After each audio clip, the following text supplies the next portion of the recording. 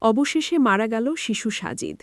রাজশাহীর তানোরে পরিত্যক্ত একটি গভীর নলকূপের গর্তে পড়ে যাওয়া শিশু সাজিদকে উদ্ধারের পর উপজেলা স্বাস্থ্য কমপ্লেক্সে নেওয়া হয়।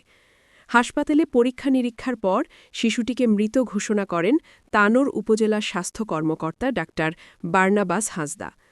বৃহস্পতিবার রাত ৯টায় শিশুটিকে উদ্ধার করা হয়। পরে রাত ৯টা ৫০ শিশুটিকে মৃত ঘোষণা করা হয়। শিশুর মৃত্যু সংবাদ বলার সময় কান্নায় ভেঙে পড়েন তানোর উপজেলা নির্বাহী কর্মকর্তা নাইমা খান। তিনি বলেন, শিশু সাজিদ বেঁচে নেই।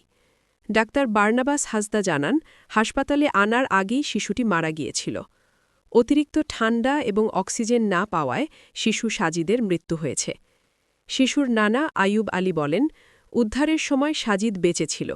ফায়ার সার্ভিসের কর্মকর্তারা বলছিলেন সে বেঁচে আছে। আমি নিজে দেখেছি সে বেঁচে ছিল, কিন্তু হাসপাতালে আসার পর মারা গেল। মরদেহ তার বাড়ি তানোর কুড়িরহাট পূর্বপাড়া নেওয়া হয়েছে।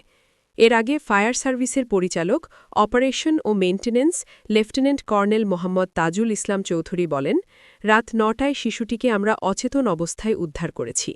পরে শিশুটিকে উপজেলা স্বাস্থ্য কমপ্লেক্সে পাঠানো হয়েছে। তার শারীরিক অবস্থা সম্পর্কে চিকিৎসকেরা জানাবেন।